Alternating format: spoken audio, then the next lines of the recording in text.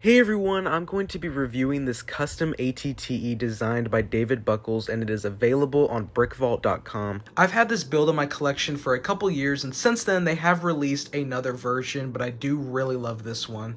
It's about minifigure scale, though the most updated version could be more accurate.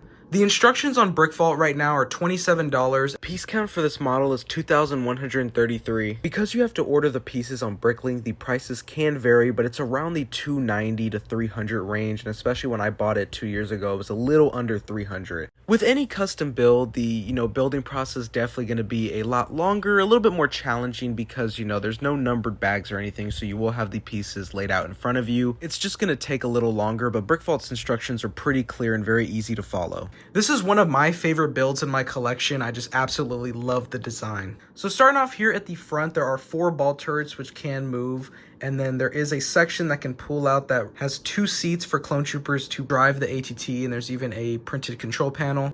And it simply just slides in there, doesn't really connect to anything. I really love the design on the smaller legs of the ATT. The foot has a lot of detail. I just really love the little small slope pieces on the bottom, and then just the design leading all the way up to the actual ATT. And I like how, these legs can hold up the build. So the first side panel, there is a Republic logo, and it is a section that can come down and actually be a ramp for clone troopers to get in and out of the ATT. And I love how, seamless it is, and how it, just smooth it is, and how it connects with the wall.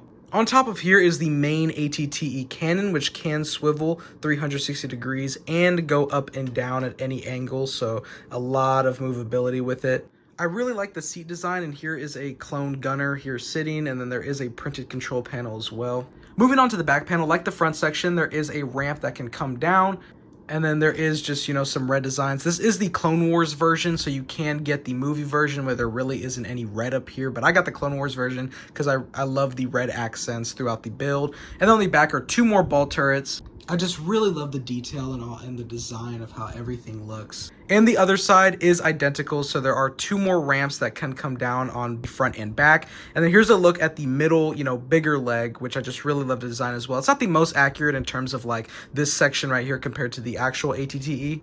And that's something that the newer version does better, but I still think that this design is really good. So, of course, this build being, about minifigure scale, and, this just being a custom designed build, there is a full interior. And to get there, you simply just take these panels off. They are modular, so they're not connected. And it reveals a very spacious interior in both the back and front section with plenty of seats for clone troopers. So starting at the front, there are 6 chairs in the middle with 2 chairs in the front for the turrets with printed control panels for each. And then here are clips for the blasters for the clone troopers. And there's even some detail here for the tunnel that, combines the both sections.